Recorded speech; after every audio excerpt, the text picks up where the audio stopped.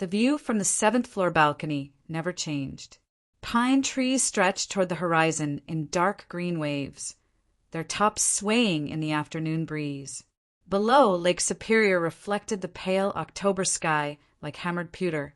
Nora Caldwell stood with her hands pressed against the cold metal railing, her breath forming small clouds in the crisp air.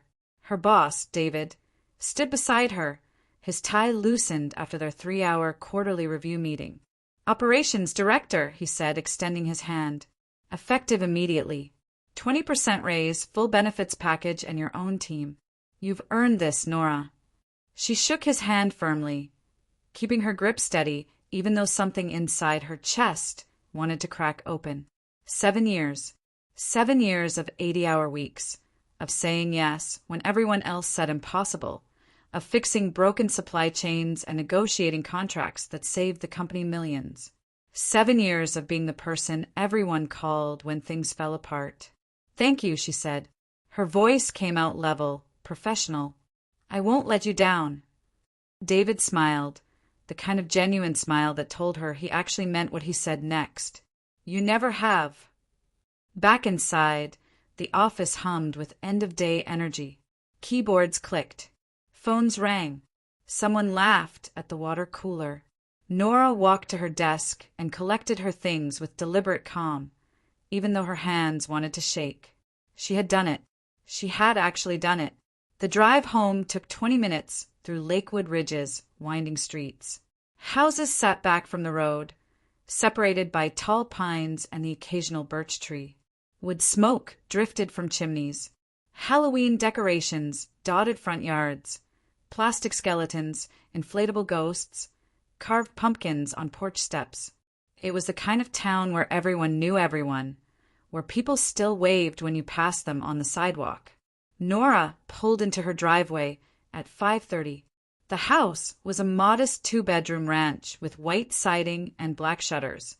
Nothing fancy, but it was hers, well theirs, and she had paid every single mortgage payment for the last 5 years while Ethan figured out his next move. She found him in the living room, sprawled on the couch with his phone pressed to his ear. He wore sweatpants and an old college t-shirt, his hair uncombed. When he saw her, he held up one finger. "Wait." "Yeah, Mom, I know," he said into the phone. "I told you, we'll figure it out." Nora set her bag down carefully.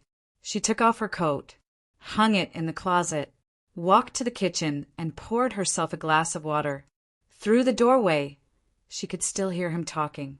When he finally hung up, she walked back into the living room. "Good day." "Mom's stressing about her mortgage again," Ethan said, tossing his phone onto the coffee table. "The bank sent another notice. I don't know what she expects me to do about it." Nora took a slow sip of water. "I got promoted today." Ethan's head snapped up. "What? Really?" "Operations Director. 20% raise." For a moment, just one brief, flickering moment, something that might have been pride crossed his face. Then his eyes went distant, calculating. He picked up his phone again. "That's great, babe," he said, already scrolling through his contacts. "Really great."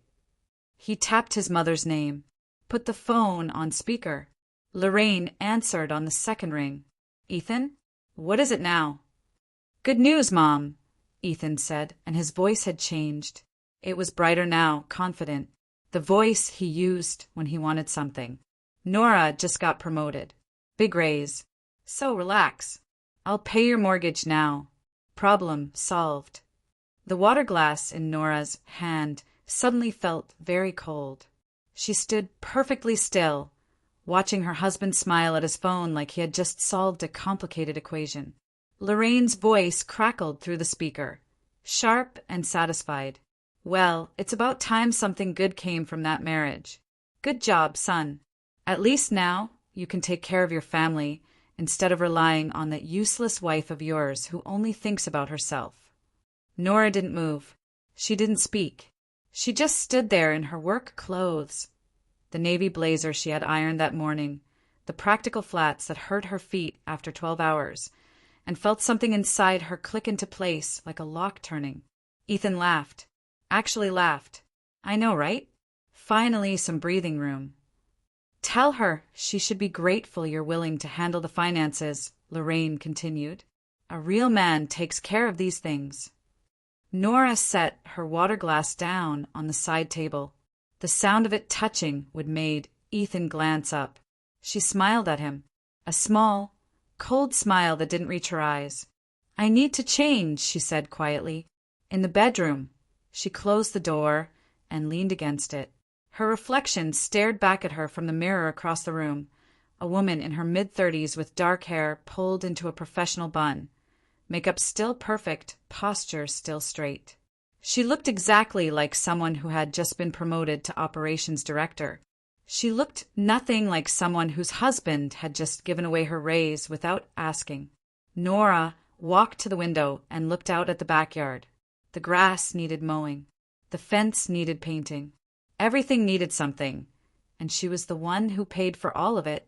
7 years of marriage. 3 years of Ethan being between opportunities. 3 years of him telling her his business ideas just needed a little more time, a little more capital, a little more patience. 3 years of her working late while he stayed home and played video games and told his mother she was selfish. Something had shifted today. Something final and irreversible. She had worked too hard, sacrificed too much, to watch it get handed away to a woman who had spent the last 7 years making sure Nora knew she wasn't good enough for her precious son. Nora pulled out her phone and opened her banking app. Her fingers moved quickly, deliberately. She had been thinking about this for weeks, actually. Ever since Lorraine's last visit when she had looked around their modest kitchen and said, I raised Ethan to expect more than this.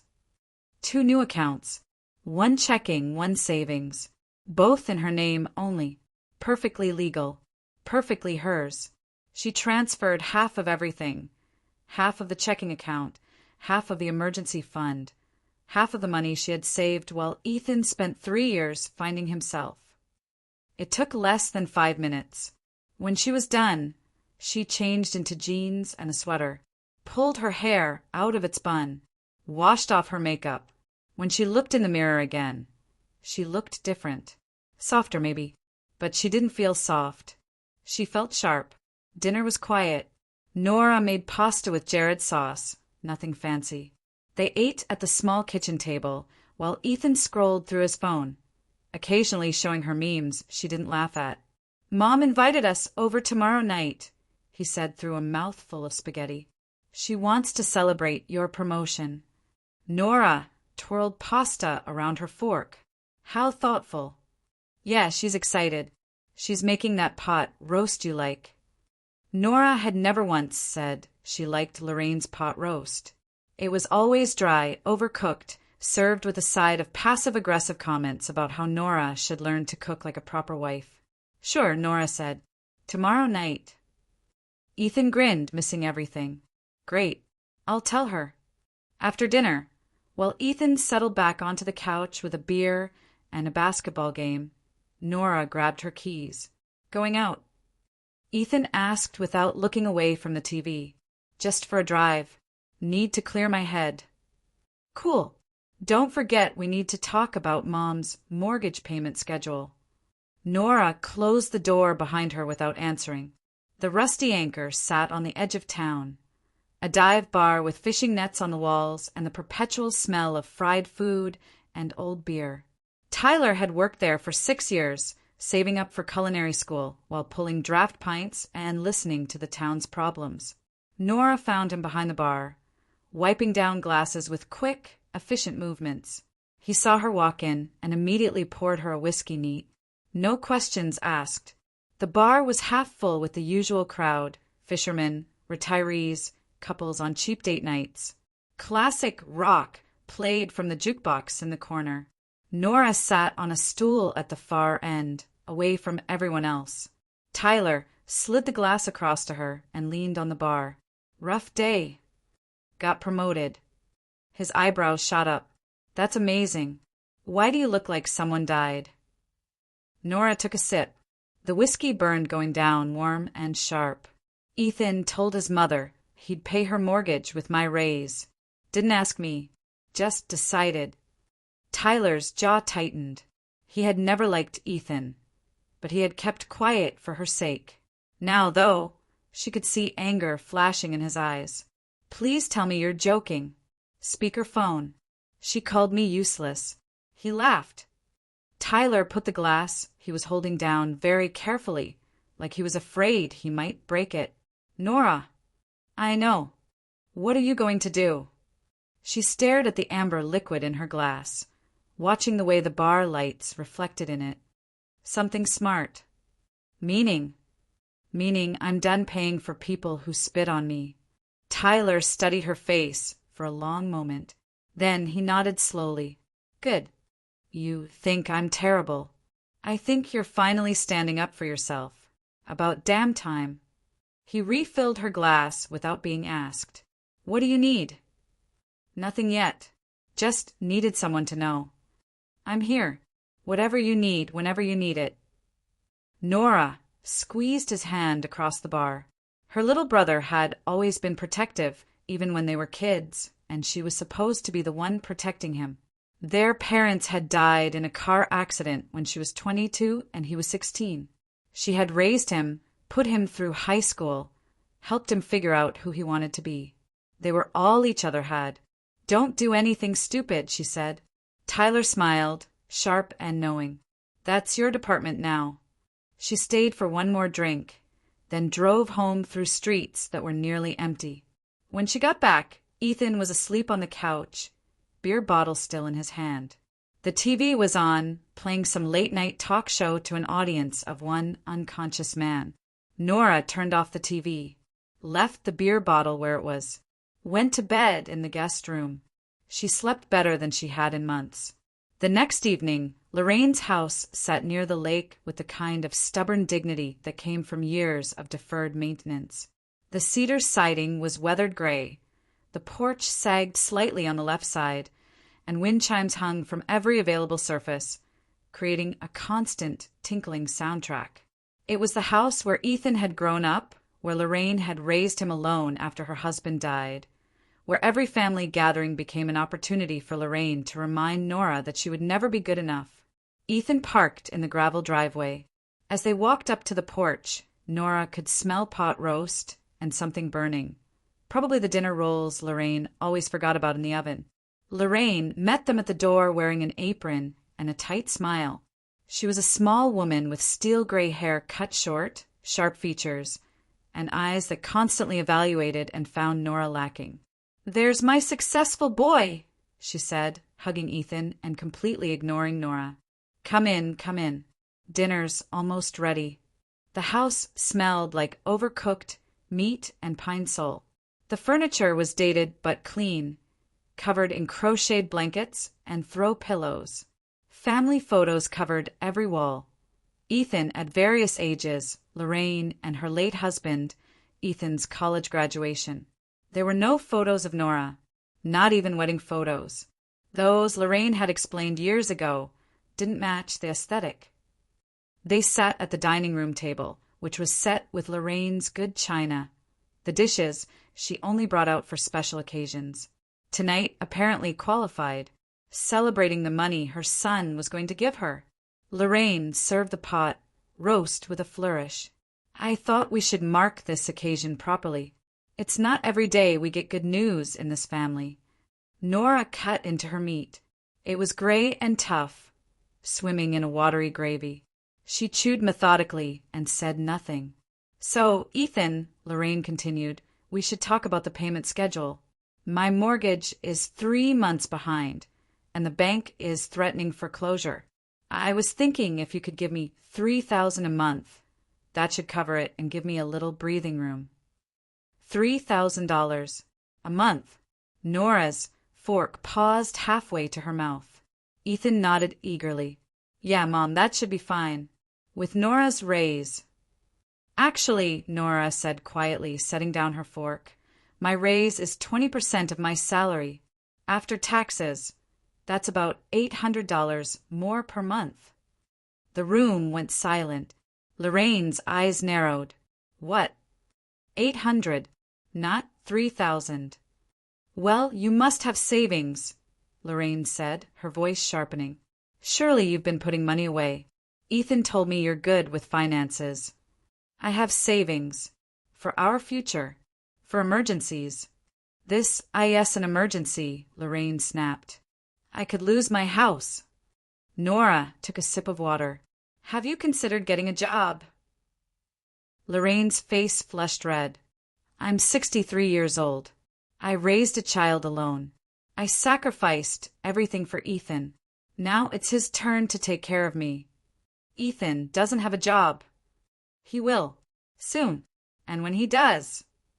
He's been saying that for 3 years. Ethan's head snapped toward her. Nora, what the hell? She looked at him calmly. It's true. I'm working on things, Ethan said, his voice rising. You know I'm working on things. What things specifically? I'm networking, building connections. You can't rush these things. Nora turned back to her plate. I see. Lorraine's hand slammed down on the table, rattling the china. How dare you speak to my son that way? He is worth 10 of you. He is kind and thoughtful and caring, and all you do is work and make him feel small. Nora continued eating her pot roast. Each bite was an act of will, but she kept her expression neutral, almost bored. Maybe, Lorraine continued, her voice dripping with contempt, if you were more supportive, more nurturing, more like a real wife, he wouldn't be so stressed. Maybe then he could focus on his career instead of worrying about whether you respect him. I pay for everything, Nora said quietly. What? Nora looked up. Her eyes were cold, flat, unreadable. The house, the car, the groceries, the utilities, the insurance. I pay for everything. And now you want me to pay for you, too. Well, at least now you can, Lorraine said, lifting her chin. Maybe now you can actually be useful for once. The word hung in the air. Useful. Nora set down her fork very carefully. She dabbed her mouth with her napkin, folded it, placed it beside her plate. Thank you for dinner, Lorraine, she said, standing. It was very illuminating. Where are you going? Ethan demanded. Home. We're not done eating. Nora picked up her purse. I am. She walked out, leaving them both staring after her. As she reached her car, she could hear Lorraine's voice carrying through the open door. That ungrateful little! Nora started the engine and drove away. The lake was dark under the night sky, reflecting nothing. She drove past it, past the town center, past the bar where Tyler worked, until she reached a small overlook where the road curved close to the water. She parked and sat there for a long time, watching the waves lap against the rocks. Her phone buzzed. Ethan. She declined the call. It buzzed again. A text. What the hell was that? Another. You embarrassed me in front of my mother. Another. Come home so we can talk about this. Nora turned off her phone and got out of the car. The wind off the lake was cold and smelled like pine and water. Stars scattered across the sky, more than you could ever see in a city. She had been useful her entire life. Useful to her parents before they died. Useful to Tyler when he needed raising. Useful to her company, to her colleagues, to everyone who needed something done. Useful to Ethan, who needed someone to pay his bills while he figured things out. Useful to Lorraine, who needed a scapegoat for her son's failures. But useful wasn't the same as valued, and she was done being one without the other. When she finally went home, it was past midnight. Ethan was waiting in the living room, pacing. Where have you been? He demanded. Driving. For 4 hours. I needed to think. About what? About how you completely disrespected my mother. Nora hung up her coat. Your mother wants $3,000 a month. I make $800 more than I did last week. Do the math. We'll figure it out. We have savings. No. Ethan blinked. What? No. We're not giving your mother $3,000 a month. She's going to lose her house. Then she should get a job, or sell the house, or downsize, or any of the 100 things people do when they can't afford their lifestyle anymore. You're being cruel. Nora looked at him, really looked at him, at the man who hadn't worked in 3 years, at the man who had just given away her promotion without asking, at the man who had laughed when his mother called her useless. I'm being practical, she said. Good night, Ethan. She went to the guest room and locked the door. 3 days later, on a crisp Saturday morning with frost on the windows, Nora went to the bank. She had an appointment with a financial advisor named Patricia, a woman in her 50s with kind eyes and a no-nonsense demeanor. I need to restructure some accounts, Nora said. Patricia pulled up her information. I see you recently opened 2 new accounts. Yes, I'm in the process of separating my finances. Are you getting divorced? Not yet, but I'm preparing. Patricia nodded, asking no questions that weren't necessary. This was a small town. She had probably seen this story play out 100 times. What do you need? I want to move my direct deposit to my personal checking account. I want to set up automatic payments for the mortgage, utilities, and my car payment. I want everything else separate. Your husband's name is still on the joint account. I'm leaving enough in there for him to manage himself. What he does with it is his choice. Patricia's fingers moved across her keyboard. Done. Your direct deposit will switch over with your next paycheck. Anything else? Yes. I need to update my beneficiaries. Nora pulled out a folder. Remove my husband from everything. My brother, Tyler Brooks, is my new primary beneficiary, and I need to update my emergency contacts at work. You've thought this through. I have. Patricia printed the forms. Nora signed them all, her signature steady and clear. When she left the bank, the sun was bright and the air was cold. She felt lighter somehow, like she had been carrying something heavy and had finally set it down. She stopped by the grocery store, bought ingredients for dinner, and went home. Ethan was still asleep. He had been sleeping later and later lately, sometimes until noon. Nora made coffee, cooked herself breakfast, and sat at the kitchen table with her laptop. She opened her email, changed her password, changed her banking passwords, changed her work passwords, changed everything. Then she opened a new document and started writing. A list, a plan, steps she would need to take, timeline, resources, backup options. She was good at planning. It was what she did for a living. This was just another project. When Ethan finally emerged at 11, rumpled and grumpy, Nora was on her second cup of coffee. You're home, he said, surprised. It's Saturday. I know, after the other night, I thought you might go somewhere. Why would I go somewhere? This is my house. He poured himself coffee. Look, about Mom's thing. We're not discussing this again, Ethan. But... No. He stared at her, confused by this version of his wife. The version that said no. You're being really difficult about this. I'm being realistic. Your mother is an adult. She can solve her own problems. She's family. So am I, supposedly. Ethan opened his mouth, then closed it. He had no response to that. I'm going grocery shopping, Nora said, standing. Do you need anything? No. Good.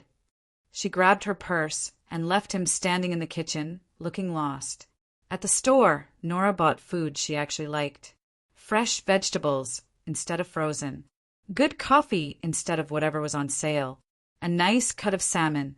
Some decent wine. Things she usually skipped because they were too expensive, and Ethan preferred frozen pizza and cheap beer anyway. She was in the checkout line when her phone rang. Lorraine. Nora declined the call. It rang again immediately. She declined it again. A text appeared. We need to talk about your attitude. Another. Ethan is very upset. Another. You're destroying this family. Nora put her phone in her purse and didn't look at it again until she got home. That evening, she made herself salmon with roasted vegetables and a glass of good wine. She set the table for one. Ethan appeared from the living room, drawn by the smell of actual cooking. That smells amazing. Is there enough for me?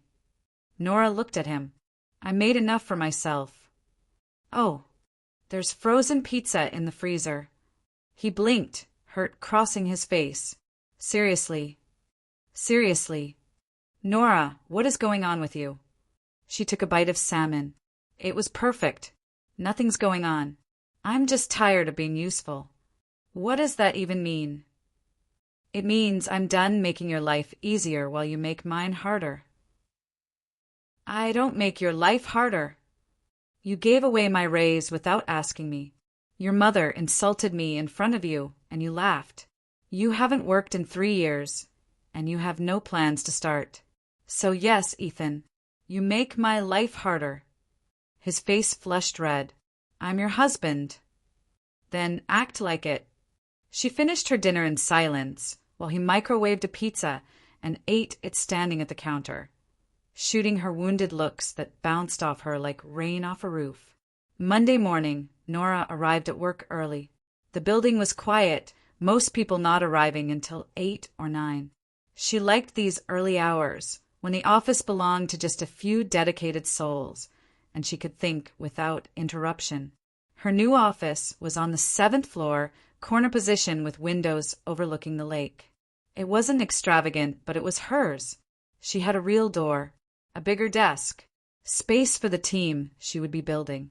She spent the morning in meetings, outlining new procedures, reviewing contracts, making decisions that would have taken committees weeks to approve before.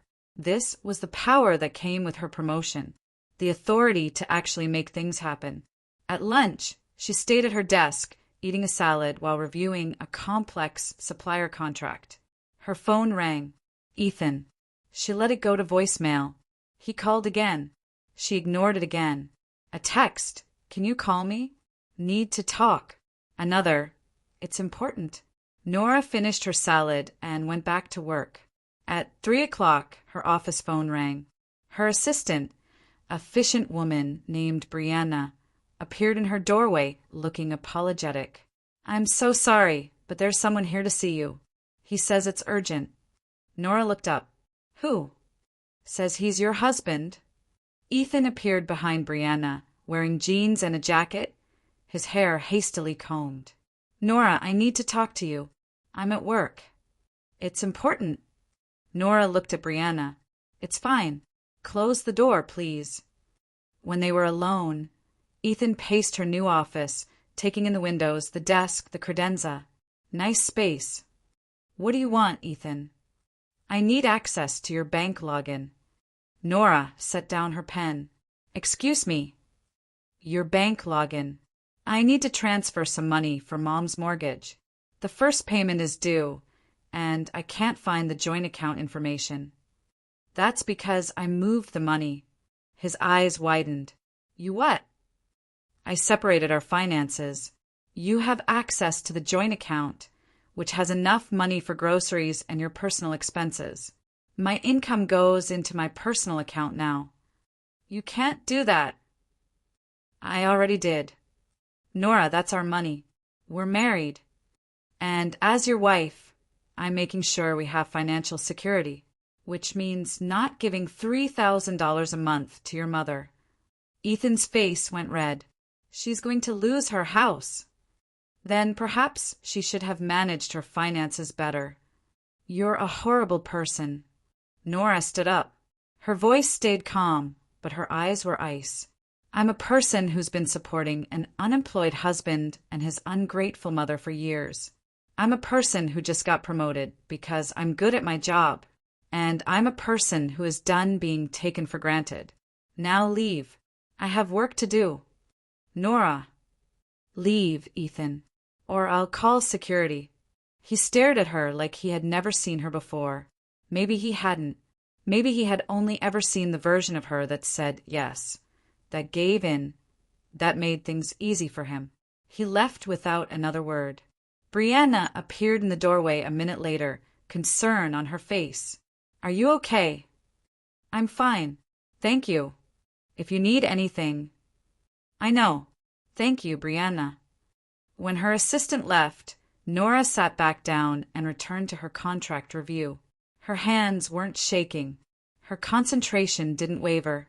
She felt calm, centered, strong. That evening, instead of going home, she stopped by Tyler's bar again. It was becoming a habit, this refuge.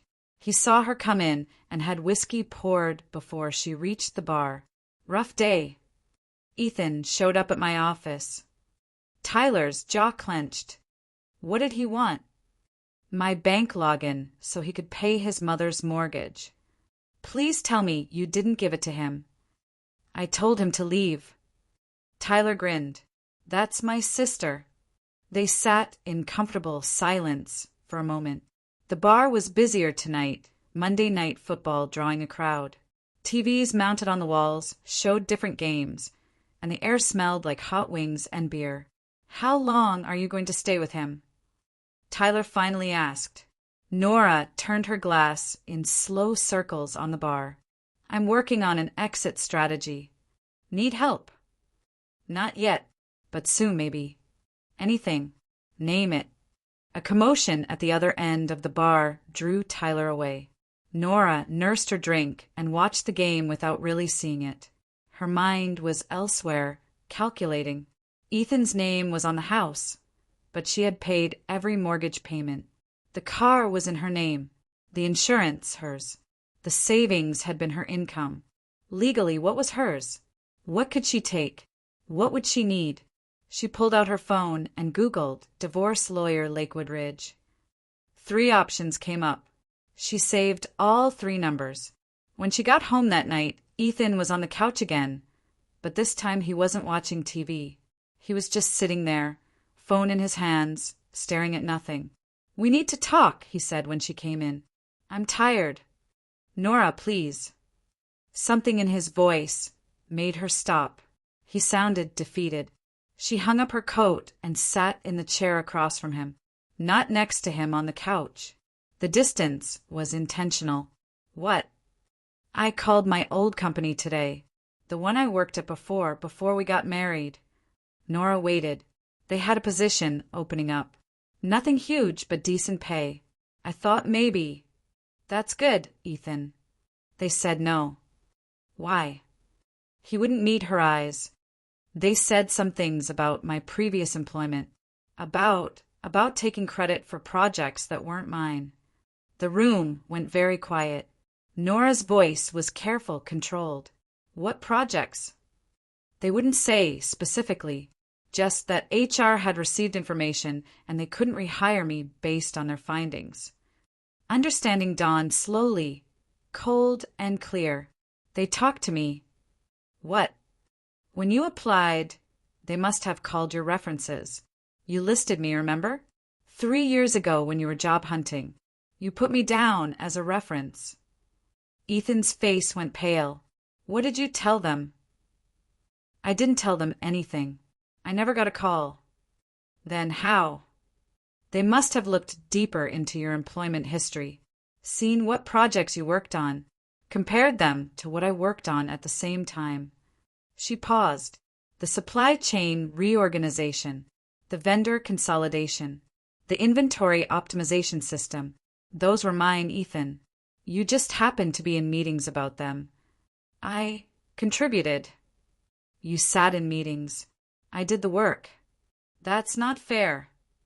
What's not fair is putting my name on your resume without asking. What's not fair is representing my work as yours. What's not fair is being exposed as a liar and blaming me for it. Ethan stood up, his hands clenched into fists. Not threatening, just helpless. So what? You're just going to let me fail? Let my mom lose everything? Destroy our marriage because I made some mistakes? Nora stood too. Your mistakes destroyed our marriage. I'm just deciding what to do about it. I love you. The words hung between them. 3 words that should have meant something. 3 words that were supposed to fix things. Nora felt nothing. Do you? She asked quietly. Do you love me? Or do you love what I provide? That's not fair. Answer the question. I both. I love you and I appreciate everything you do for us. There is no us anymore, Ethan. Don't say that. I'm going to bed. She walked away, leaving him standing in the living room. Behind her, she heard him say, very quietly, "Please don't give up on us." But she was already in the guest room with the door closed. The next few weeks unfolded like a carefully executed plan. Nora went to work, came home late, ate dinner alone, slept in the guest room. Ethan tried various approaches: anger, pleading, silent treatment, guilt trips. None of them worked. Lorraine called 17 times. Nora never answered. The calls turned into texts, then emails, then a letter delivered by hand, left in their mailbox. Nora threw it away without reading it. At work, she was thriving. Her team respected her. Her project succeeded. Her boss praised her initiative and strategic thinking. She was good at her job, and finally she was being recognized for it. But at home, the walls were closing in. It came to a head on a Tuesday morning, exactly 3 weeks after her promotion. Nora was making coffee when Lorraine walked into her kitchen. Just walked in. Used the spare key Ethan had given her years ago, the one Nora had forgotten about. "We need to talk," Lorraine announced. Nora turned slowly. "You need to leave. Not until you understand what you're doing to this family. You broke into my house. I have a key. Ethan gave it to me. That doesn't make it your house." Nora picked up her phone. "You have 10 seconds to leave before I call the police. You ungrateful little witch." Lorraine's voice was shaking with rage. "Do you know what you're doing? I'm going to lose my home. My home. Because you're too selfish to share your good fortune. Your home that you can't afford. Your mortgage that you can't pay. Your problem that you expect strangers to solve.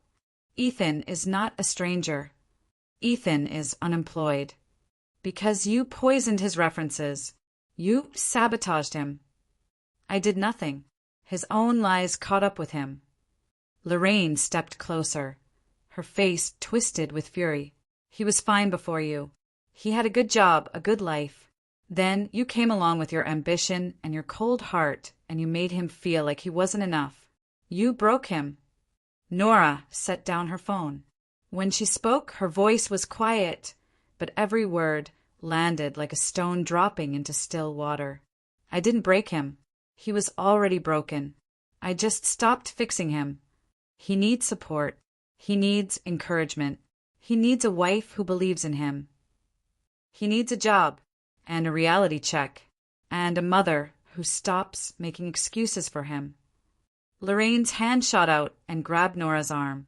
"You listen to me."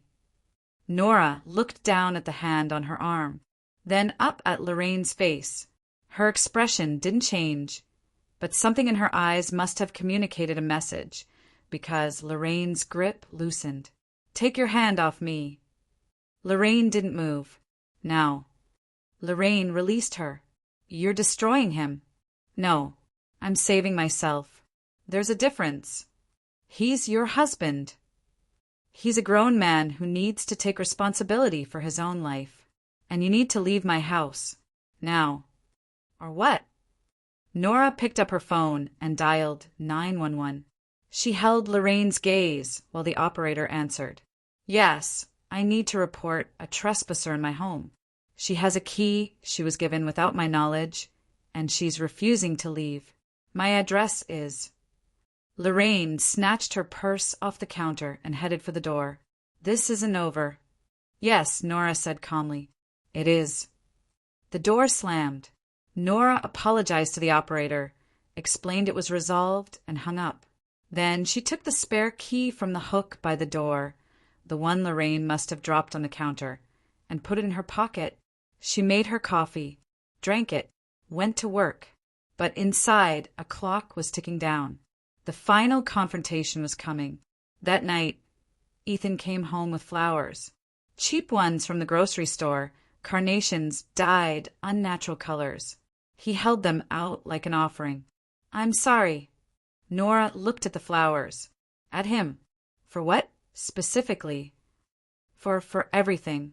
For not appreciating you. For listening to my mom. For not working harder to find a job. All of it. I'm sorry. Okay. That's it. Just okay.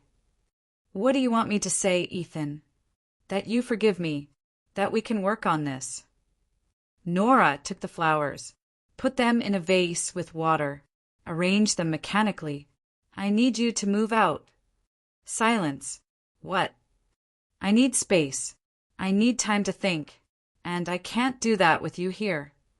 This is my house, too. That I pay for. That I've paid for. Alone. For 3 years. So you're just kicking me out?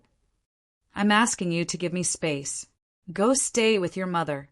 Go stay with a friend. I don't care. But I need you gone. For how long? I don't know yet. Ethan's face crumbled. You're leaving me. I'm thinking about it. Please don't.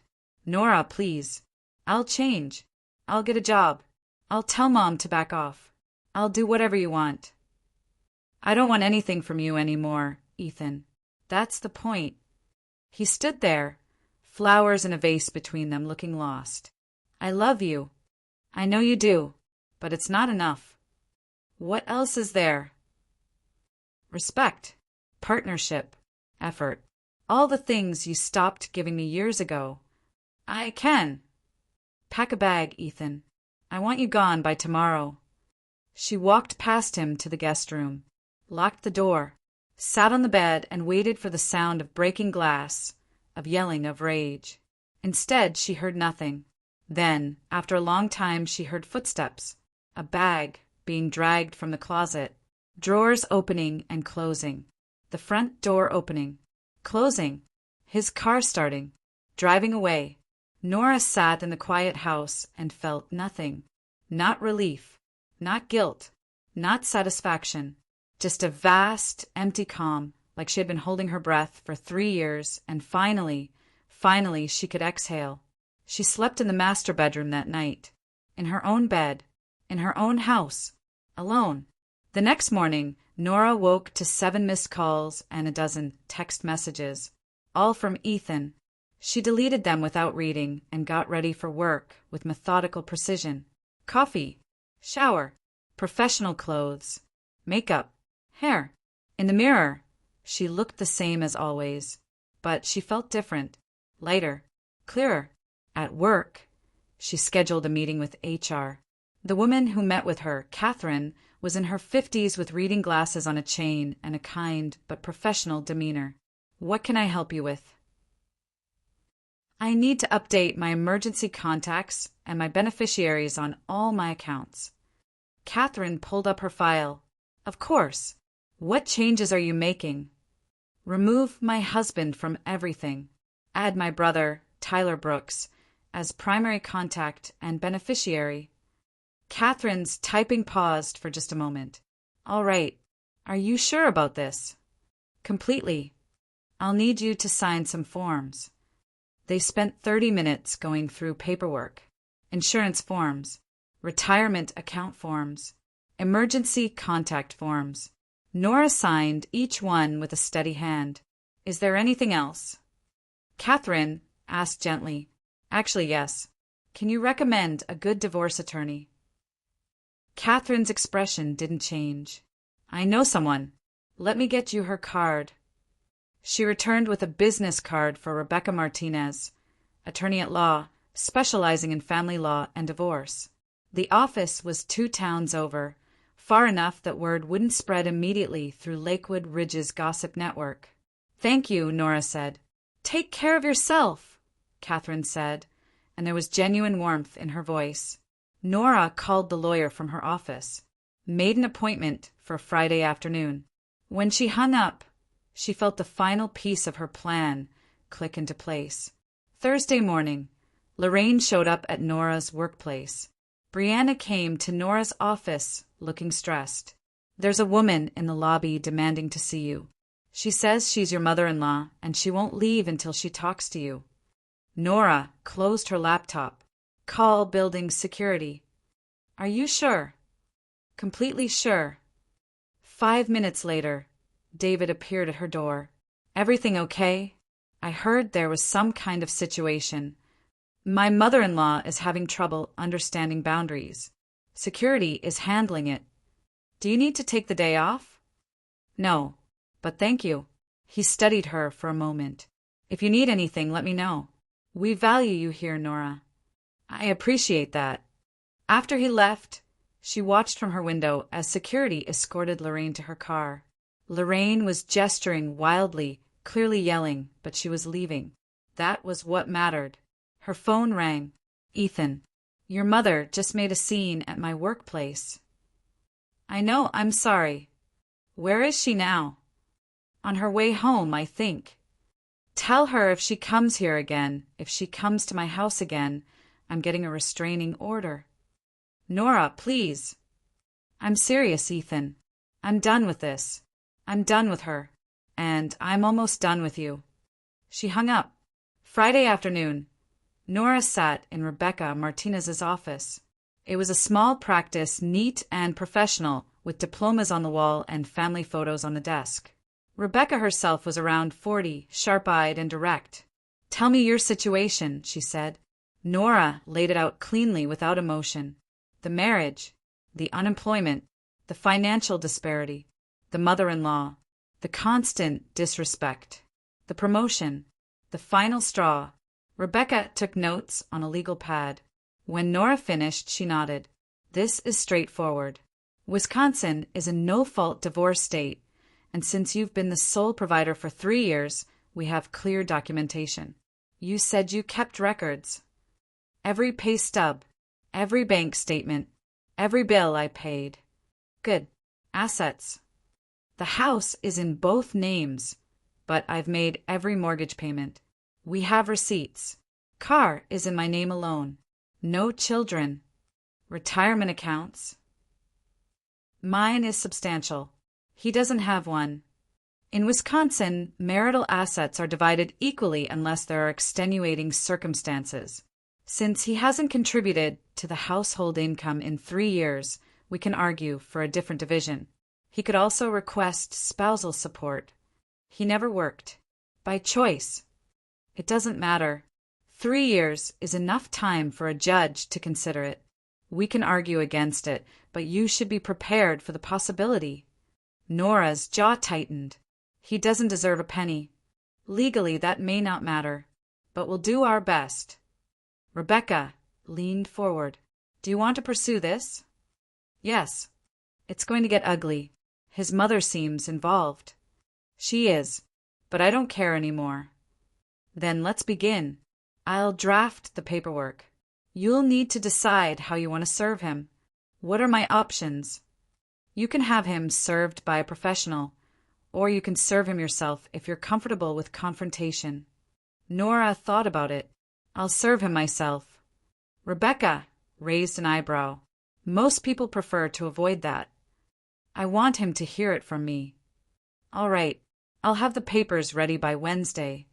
They shook hands. Nora left the office feeling like she had just taken the final step off a cliff. There was no going back now. The weekend passed quietly. Nora cleaned the house, threw away things that were Ethan's, reorganized spaces to suit only herself. She moved her clothes back into the master bedroom closet, claimed the entire space as hers. Saturday evening, Tyler came over. She ordered pizza, and they ate it in the living room, watching a movie neither of them paid attention to. You're really doing this, Tyler said during a commercial. I'm really doing this. How do you feel? Tired, relieved, angry, free, all of it at once. You know I'm here if you need anything. I know. I mean it. Money, a place to stay, someone to talk to, whatever. Nora squeezed his hand. Thank you. What's the plan? Serve him the papers. File for divorce.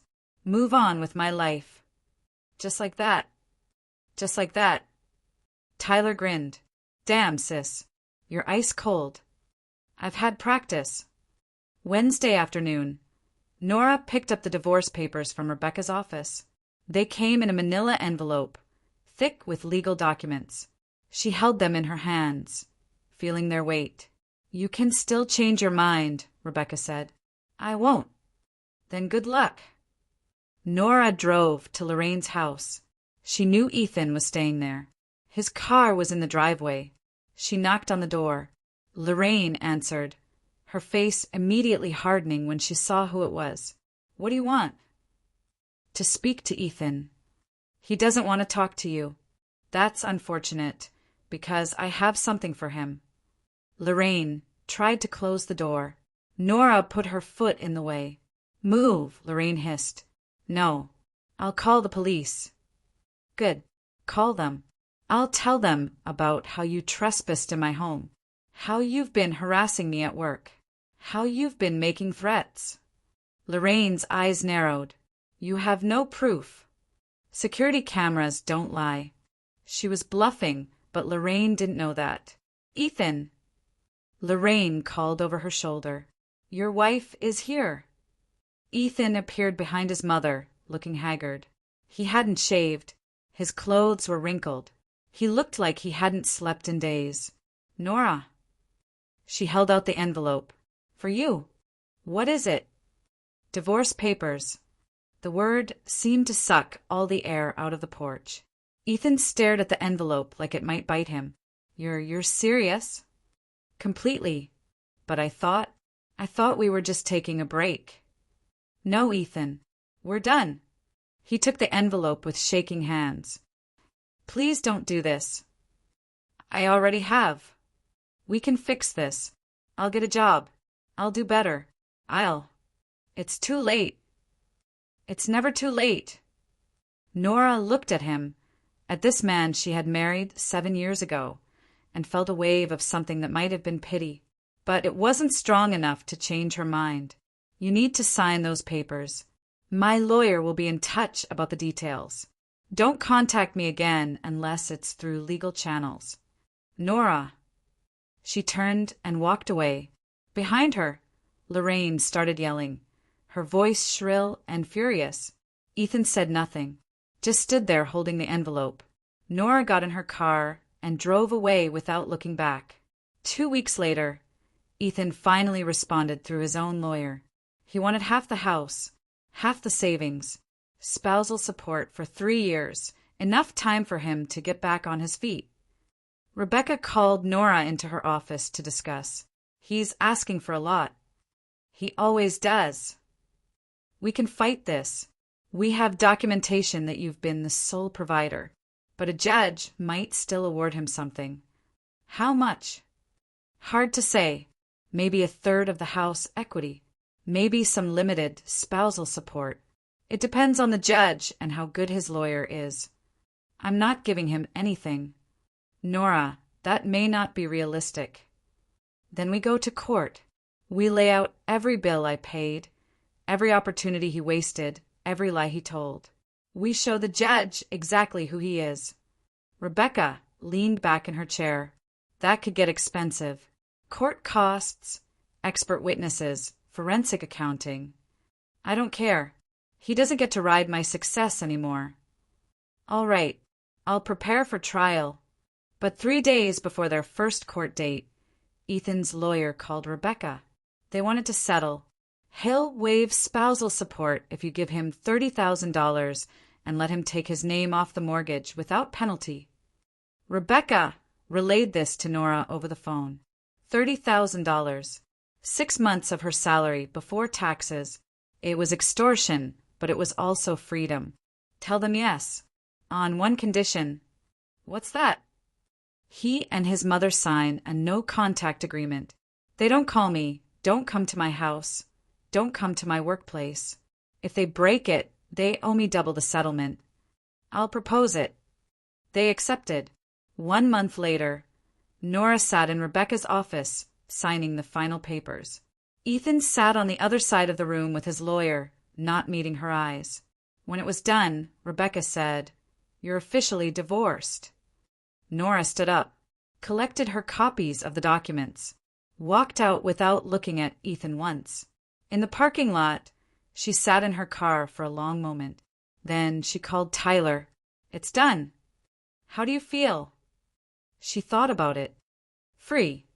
That weekend, Nora went house hunting. She found a small rental right on the lake, a cottage with a deck that stretched out over the water. It was more expensive than she could comfortably afford before, but with her promotion and no dead weight dragging her down, it was perfect. She signed a 6-month lease, told the landlord she might want to buy it eventually. Moving was simple. She didn't have much. Most of the furniture in her old house had been there when they bought it, or was Ethan's anyway. She took her clothes, her books, her laptop, her personal things, left the rest. Tyler helped her move on a Saturday. They carried boxes and furniture, ordered pizza, set up her new space. By evening, the cottage looked like home. They sat on the deck as the sun set, painting the lake in shades of gold and amber. The air was cool and smelled like pine and water. Wind chimes hung from the eaves, a gift from Tyler. "New beginning," he said, raising his beer. "New beginning," Nora echoed, clinking her glass against his. Her phone buzzed. Unknown number. She almost ignored it, then decided to check. The message read, "You ruined everything. I hope you're happy." She showed it to Tyler. "Ethan or Lorraine? Does it matter?" No. She deleted the message, blocked the number, set her phone down. "You okay?" Tyler asked. Nora looked out at the water. The lake was calm, reflecting the sunset like a mirror. In the distance, a loon called, its cry echoing across the surface. She thought about all the years she had spent making herself smaller, quieter, more convenient. All the time she had swallowed her anger and her hurt and her pride because it was easier than fighting. All the energy she had wasted trying to fix people who didn't want to be fixed. She thought about the promotion she had earned, the money she had saved, the future she was building for herself, brick by brick with her own hands. She thought about how light she felt without all that weight. "Yes," she said finally, "I'm happy." Tyler smiled. "Good." They sat in comfortable silence as the sun disappeared below the horizon, leaving the sky streaked with purple and rose. The lake darkened to indigo. Stars began to appear one by one. Nora stood and walked to the edge of the deck. The wood was smooth under her bare feet. The wind lifted her hair. The water lapped gently against the shore, steady and endless. She had been useful her entire life. She had paid for everything, fixed everything, solved everyone's problems but her own. But useful wasn't the same as valued, and she was done settling for less. Tomorrow she would go to work. She would lead her team. She would make decisions and solve problems and build something meaningful. Tonight, she would sit on her deck and listen to the water and remember what peace felt like. The lake glowed in the twilight, peaceful and quiet and hers, just like her future.